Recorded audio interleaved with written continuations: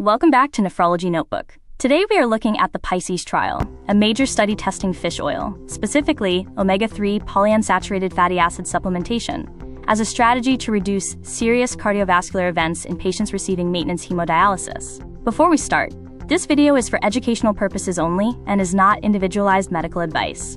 Any patient case discussed is hypothetical and used only to illustrate clinical teaching points. The central question is simple, but clinically important.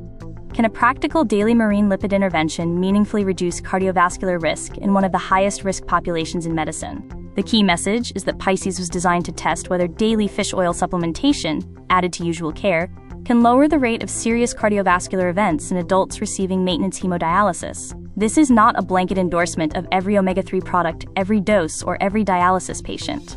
It is a trial-level question using a specific formulation, a defined dose, and a carefully selected study population. As we go through the deck, keep separating three things: biological plausibility, trial design, and whether final outcome data support changing practice. Jerry is our representative teaching case. He is a 68-year-old man with end-stage kidney disease on hemodialysis for 3 years, with diabetes, hypertension, and a prior non-ST elevation myocardial infarction. He is already receiving common secondary prevention therapies, including aspirin, a beta blocker, and a statin. His access is a left arm fistula, and his blood pressure is controlled. Jerry represents a familiar dialysis clinic problem. Even when standard care looks reasonable, the residual cardiovascular risk remains extremely high. This is the dilemma that drives PISCES. Dialysis patients often receive appropriate therapies borrowed from general cardiology, but their risk does not normalize. Hemodialysis introduces additional stressors, including inflammation, vascular calcification, large volume shifts, myocardial stunning, and arrhythmia vulnerability. So the question is not whether standard care matters. It clearly does. The question is whether there are safe, practical, dialysis-relevant add-on strategies that can reduce serious events beyond usual care. That unmet need is where the rationale for PISCES begins.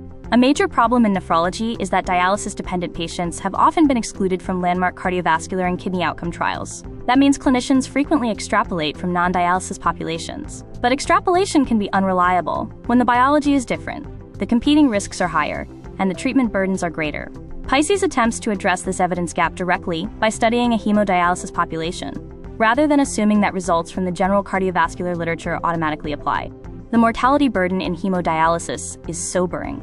5-year survival in United States dialysis data is roughly in the range shown here, and cardiovascular disease accounts for a large fraction of deaths. Sudden cardiac death is especially important, occurring far more often than in age-matched people without kidney failure. This matters because an intervention that modestly reduces cardiovascular event rates could still have meaningful population impact. But the bar is high. Dialysis patients have many competing risks, so hard clinical endpoints are essential. Cardiovascular disease in hemodialysis includes atherosclerosis, but it is not limited to plaque rupture. Dialysis-specific contributors include uremic cardiomyopathy, left ventricular hypertrophy, vascular calcification, inflammation, oxidative stress, rapid volume shifts, and myocardial stunning during treatments. These mechanisms may create arrhythmia and ischemia risk, even when coronary plaque is not the only driver. The clinical implication is that a therapy targeting inflammation, membranes, vascular biology, or electrophysiology may be worth testing, but mechanism alone cannot prove benefit. This slide reminds us why dialysis-specific trials matter. Statins, beta blockers, ACE inhibitors, and angiotensin receptor blockers all have roles in selected patients. But the dialysis outcome evidence is not as clean as in the general population. Some trials in hemodialysis were neutral, some were small, and many guideline recommendations rely on extrapolation or specific indications. The lesson is not to abandon standard therapies. The lesson is to avoid assuming that every cardioprotective strategy transfers seamlessly into maintenance hemodialysis. PISCES targets an urgent gap: a high-risk population with limited proven pharmacologic options to reduce serious cardiovascular events. Fish oil is attractive because it is orally administered, does not require blood pressure titration, and could be scalable if the evidence is positive. But the practical barriers are real. The protocol uses 4 capsules daily. Adherence matters, gastrointestinal tolerance matters, and product quality matters. So the intervention is simple in concept, but implementation still requires careful evaluation. The intervention in PISCES is 4 grams per day of omega-3 polyunsaturated fatty acids, given as 4 1-gram capsules. The formulation contains the marine fatty acids EPA and DHA, and the capsules were designed to be taken with food. This is important because PISCES is not studying generic over-the-counter fish oil in an uncontrolled way. It is testing a specific daily regimen in a randomized trial.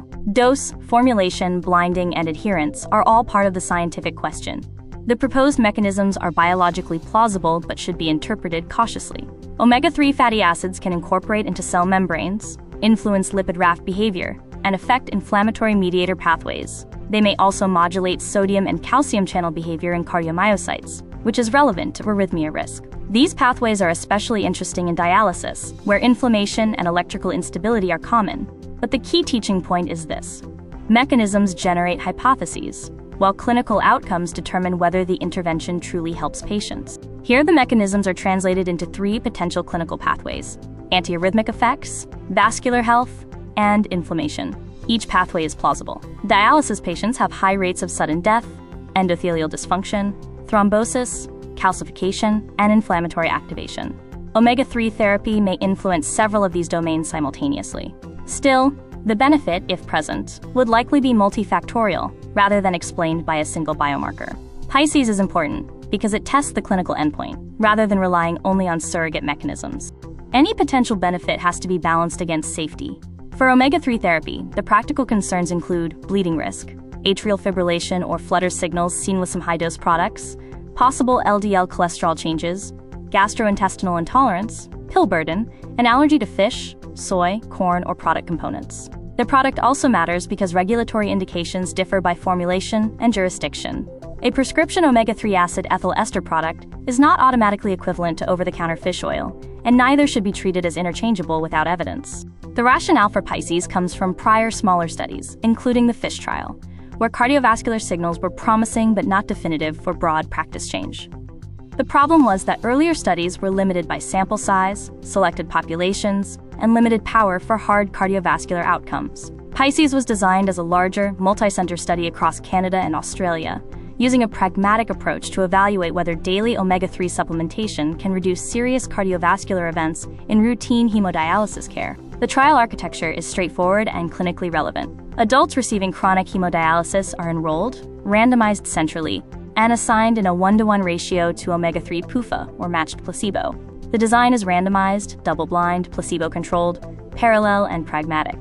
Randomization is stratified by clinical site and prior cardiovascular history, which helps balance known risk factors across groups. Follow-up is event-driven, meaning the trial is built around the accumulation of hard cardiovascular outcomes, rather than short-term surrogate changes. The inclusion criteria are intentionally broad. Adults on chronic hemodialysis 3 or 4 times weekly, clinically stable, and treated in participating outpatient units. The exclusions focus on safety and interpretability, including recent major bleeding, very severe hypertension, current omega-3 use, relevant allergies, pregnancy, active malignancy, reversible acute kidney failure, limited life expectancy, implanted defibrillator considerations, and participation in another drug trial. This balance is important. The trial tries to reflect real dialysis practice while still protecting participants and preserving interpretable results. PISCES includes both incident and prevalent hemodialysis patients, and it includes patients with and without previous cardiovascular disease. That matters because dialysis clinics contain a mix of primary prevention and secondary prevention scenarios. A narrow trial might answer a cleaner question, but be harder to apply. A pragmatic trial sacrifices some artificial control to improve relevance. The key limitation is that the study still reflects participating outpatient units in Canada and Australia, so generalizability to other systems and patient populations requires judgment. Both arms take 4 grams per day of study capsules. The intervention arm receives omega-3 PUFA, while the comparator receives a matched corn oil placebo. The capsules were designed to look, taste, smell, and feel similar, with steam deodorization and citrus flavoring to support blinding. Participants take the capsules with meals to improve tolerability and adherence. This level of masking matters in fish oil trials because taste and aftertaste can otherwise threaten blinding and introduce bias.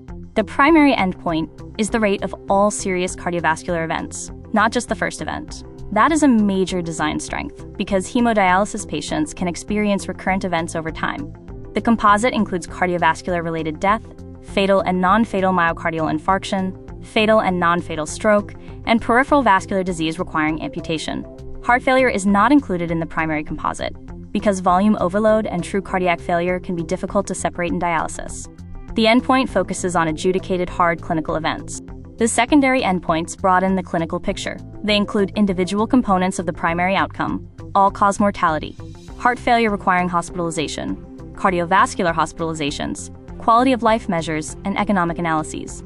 This is important because a therapy can influence more than one domain. It may affect event rates, symptoms, resource use, or patient-reported outcomes. But in interpretation, the hierarchy matters. The primary endpoint answers the main efficacy question, while secondary analyses help explain clinical relevance and implementation. The statistical plan reflects the reality of dialysis cardiovascular risk. Instead of analyzing only time to first event, PISCES is designed around recurrent serious cardiovascular events. That approach captures the total event burden experienced by patients over follow-up. The protocol was powered around an anticipated clinically meaningful reduction in event rate, with analysis methods that account for repeated events. The curve shown here should be understood as illustrative design expectations, not final observed trial results from the protocol manuscript. Subgroup analyses are planned to test whether any treatment effect appears consistent across clinically relevant groups. These include prior cardiovascular disease versus no prior disease, shorter versus longer dialysis, vintage, and demographic factors such as age and sex. Biomarker analyses may also be explored. The key caution is that subgroups are often underpowered and should not override the overall trial result unless there is strong evidence of interaction. In practice, subgroup findings are best used to refine hypotheses and guide implementation. Safety monitoring in PISCES focuses on both clinical events and practical tolerability. Serious adverse events are collected, and major bleeding receives particular attention because dialysis patients are frequently exposed to anticoagulation and antiplatelet therapy. The trial also monitors adherence through pill counts and fatty acid measurements, while tracking gastrointestinal intolerance and pill burden. This is clinically important because a therapy that looks safe in theory still has to be feasible in patients who already face substantial medication and treatment burden. The major strengths are the pragmatic design, careful blinding, hard-adjudicated endpoints, and recurrent event analysis. The pragmatic design makes the trial more relevant to real dialysis units. The blinding strategy reduces bias in a supplement trial where taste and odor can be revealing. The primary endpoint emphasizes clinical events rather than surrogate biomarkers, and the recurrent event approach measures total cardiovascular burden over time. Together, these features make PISCES a much stronger test of the hypothesis than smaller preliminary studies. No trial is perfect. PISCES has several limitations to keep in mind. Daily 4-capsule therapy may challenge adherence in patients with high pill burden. The corn oil placebo raises the usual placebo composition question, although blinding is also essential. The study population consists of stable outpatient hemodialysis patients, so results may not apply to acutely ill or highly unstable patients. Geography also matters, since the trial was conducted in Canada and Australia. Finally, any positive signal would still be product-specific and would require guideline and formulary review. The potential paradigm shift is the possibility of a low-cost, accessible, oral therapy that reduces serious cardiovascular event burden in selected maintenance hemodialysis patients. But that statement depends on final outcome evidence, safety, adherence, and implementation. A positive trial would not mean all fish oil products are equivalent, and it would not replace standard cardiovascular care. It would add a new evidence-informed option to consider in the right patient, with attention to bleeding risk, arrhythmia history, pill burden, and patient preference. Returning to Jerry, the clinical question becomes more concrete. He is already on typical secondary prevention therapy, yet his residual cardiovascular risk remains high. In a patient like this, PISCES asks whether adding a quality-controlled omega-3 regimen could reduce serious cardiovascular events beyond usual care. This would need to be individualized based on the final evidence: product availability, tolerance, pill burden, bleeding risk, arrhythmia history, and shared decision-making. The trial helps frame the conversation, but it does not replace clinical judgment. If PISCES demonstrates a convincing benefit, implementation would require more than simply telling patients to buy fish oil. Clinicians would need guideline review, formulary decisions, dosing clarity, product quality assurance, cost evaluation, safety monitoring, and adherence support. Patient preference would also matter, because adding 4 capsules daily is not trivial. The key regulatory point is that omega-3 products differ by formulation, labeling, and jurisdiction. Applying PISCES to other products, doses, or populations should be done cautiously. 3 teaching pearls summarize the trial. First, cardiovascular risk in hemodialysis includes atherosclerotic disease, plus dialysis-specific contributors, such as inflammation, vascular calcification, volume shifts, left ventricular hypertrophy, myocardial stunning, and arrhythmogenesis. Second, pragmatic trial design can improve relevance when the goal is to inform daily clinical practice. Third, marine lipid trials require rigorous masking because taste and aftertaste can compromise blinding. For learners, the broader lesson is that dialysis cardiovascular prevention needs trials inside the dialysis population, not just extrapolation from outside it. The final takeaway is that PISCES addresses a critical unmet need, reducing serious cardiovascular events in patients receiving maintenance hemodialysis. The intervention is biologically plausible, practical in concept, and tested through a rigorous randomized design, but its role in practice depends on the final clinical outcome evidence and careful implementation. For Nephrology Notebook, the teaching point is simple. In dialysis, hard outcomes matter. Thanks for watching. Like, subscribe, and share with a colleague. As always, this discussion is educational and should not replace individualized clinical judgment or medical advice.